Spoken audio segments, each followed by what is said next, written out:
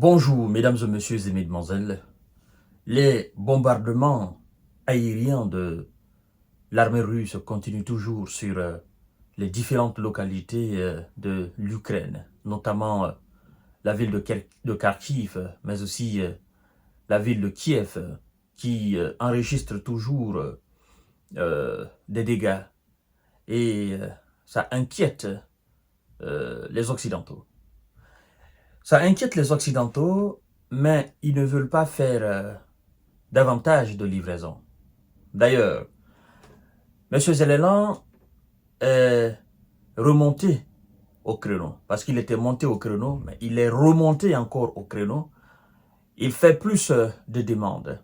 Et face à ces demandes, face à ces nombreuses demandes qui ne cessent de monter en puissance, l'on nous apprend, mesdames et messieurs, l'on nous apprend l'impensable, l'inimaginable. C'est-à-dire, c'est que M. Zelensky ne pouvait en aucun moment, du début jusqu'à la fin de cette situation, ce qu'il ne pouvait pas imaginer, c'est ce qu'on vient de nous apprendre. Oui. Et c'est ce que nous allons voir dans le cadre de cette émission. Mais avant tout, comme je dis souvent, la répétition est pédagogique. Je souhaiterais que vous partagiez cette vidéo dans tous les groupes possibles, que vous vous abonnez sur ma chaîne Kanteji Visionnaire le Vrai, que vous activez la cloche de notification pour ne plus rater mes émissions.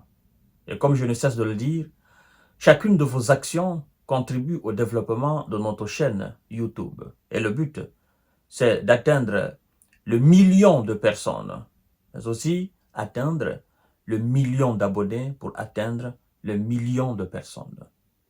Sensibiliser les gens et informer les gens sur la géostratégie et la géopolitique. Le monde est fait ainsi. Mesdames et messieurs et mesdemoiselles, M. Zelensky demande la terre entière.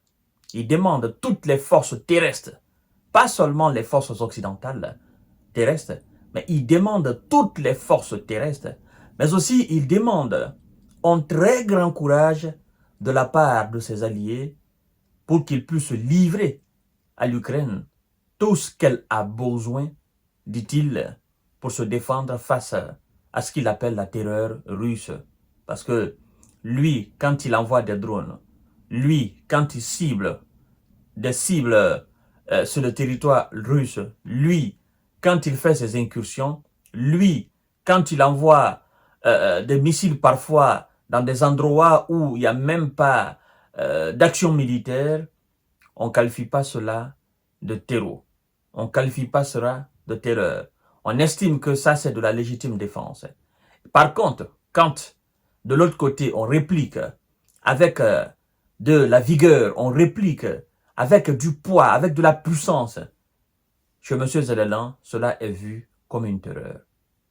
Et l'on nous apprend, mesdames et messieurs et mesdemoiselles, que certains officiers très haut placés de l'armée américaine commencent à s'agacer face aux nombreuses demandes de M. Zelensky. Mais laissez-moi d'abord vous livrer ce que Zelensky demande au monde entier. Toutes les forces du monde doivent être impliquées pour mettre fin à cette terreur, écrit le président ukrainien Volodymyr Zelensky, après les bombardements russes qui ont fait une quarantaine de blessés à Kharkiv. Il continue en disant ceci. Cela n'existe pas des forces extraordinaires, mais suffisamment de courage de la part des dirigeants. Le courage de donner à l'Ukraine tout ce dont elle a besoin pour se défendre.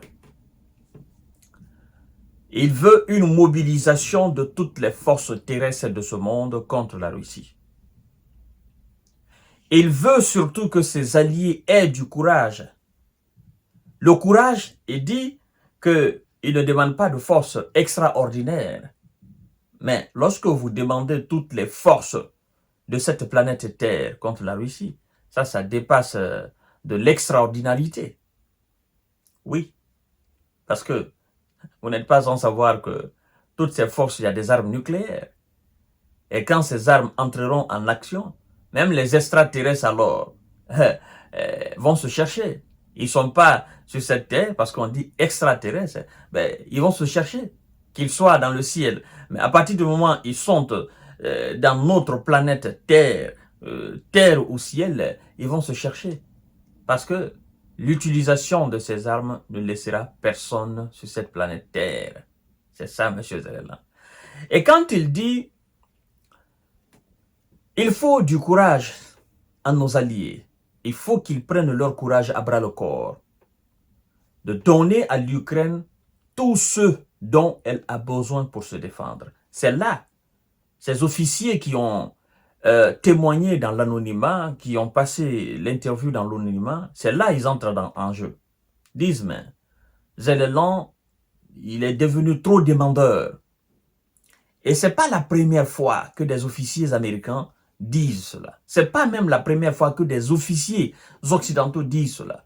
Je me souviens encore bien, le ministre de la Défense britannique, lui-même, avait une fois remis M. Zelela à sa place en lui disant qu'il était devenu trop demandeur et qu'il devrait il devrait plutôt être reconnaissant de ce que les Occidentaux lui ont déjà donné, sont en train de lui donner. Vous comprenez? Donc, des officiers de l'armée américaine, les généraux de haut niveau, des gars même, des véritables décideurs même de l'armée américaine, qui ont intervenu dans l'anonymat, ben, ils déclarent que M. Zelela est devenu trop demandeur. Qu'il est devenu trop demandeur. Et que ça commence à agacer, même au niveau de la Maison-Blanche. Mais ça, vous savez que c'est la même chose qu'il disait au niveau de 2022-2023, dans cette période-là.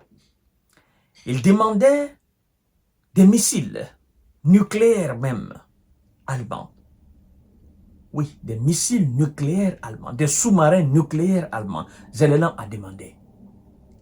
Parce que pour lui, avec ça, il pouvait avoir le contrôle dans la mer Noire. Les Allemands, mais ils ont dit que le gars, il était devenu bête. Sous-marin nucléaire. Dans cette opération, sous-marin nucléaire allemande. Ça, c'est hors question. C'est la même chose qu'il avait dit au sujet des chars. Hein? Au moment que ses alliés étaient encore réticents sur la question des chars, il a dit, donnez-nous les chars, nous allons repousser les ennemis, nous allons les repousser, donnez-nous les chars. Alors, tout ce que les alliés ont, tout ce que Zelela a demandé depuis le début de l'opération spéciale militaire, jusque-là, tout ce qu'il a demandé, pour lui, le permettant de repousser les Russes, jusque-là, les alliés l'ont donné. Et ça n'a pas changé la situation. Ça n'a pas changé ce qui se passe sur le terrain. Ça n'a pas changé la donne. Alors, c'est là, les officiers américains interviennent. Ils entrent dans la danse. Ils disent, ben, tout ce que tu as demandé jusque-là, tes généraux, tout ce que vous avez demandé, on vous a donné. Les armes les bombes à sous-munitions, des missiles, on vous a tout donné. Des chars, on vous a tout donné. Des blindés, on vous a tout donné. Des munitions, on vous a tout donné. Et vous nous avez en quelque sorte dit par le passé que cela pouvait vous permettre de dérussifier l'Ukraine. Et vous avez même convaincu le secrétaire d'État américain Anthony Blinken, qui a lui-même fait une déclaration en disant, parce que avant que lui ne fasse la déclaration, ils l'ont convaincu dans l'ombre. Anthony Blinken a dit que tout ce que les Alliés avaient réuni pour donner à l'Ukraine avant sa contre-offensive, que pouvait le permettre de remporter face à la Russie. Parce qu'on lui avait dit, lui n'est pas militaire, il est civil. On lui avait dit que cela pouvait. Alors, ces officiers de l'armée américaine se disent, penses-tu que tout ce que tu demandes là, si on te les donne, toutes les autorisations que tu demandes là, si on te les donne, penses-tu que tu seras capable de battre l'armée russe?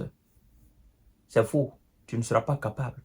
Parce que tu ignores complètement que si on t'autorise à utiliser même les missiles de longue portée contre la Russie, tu ignores que de l'autre côté, ils ont plus que ce que nous pouvons te donner.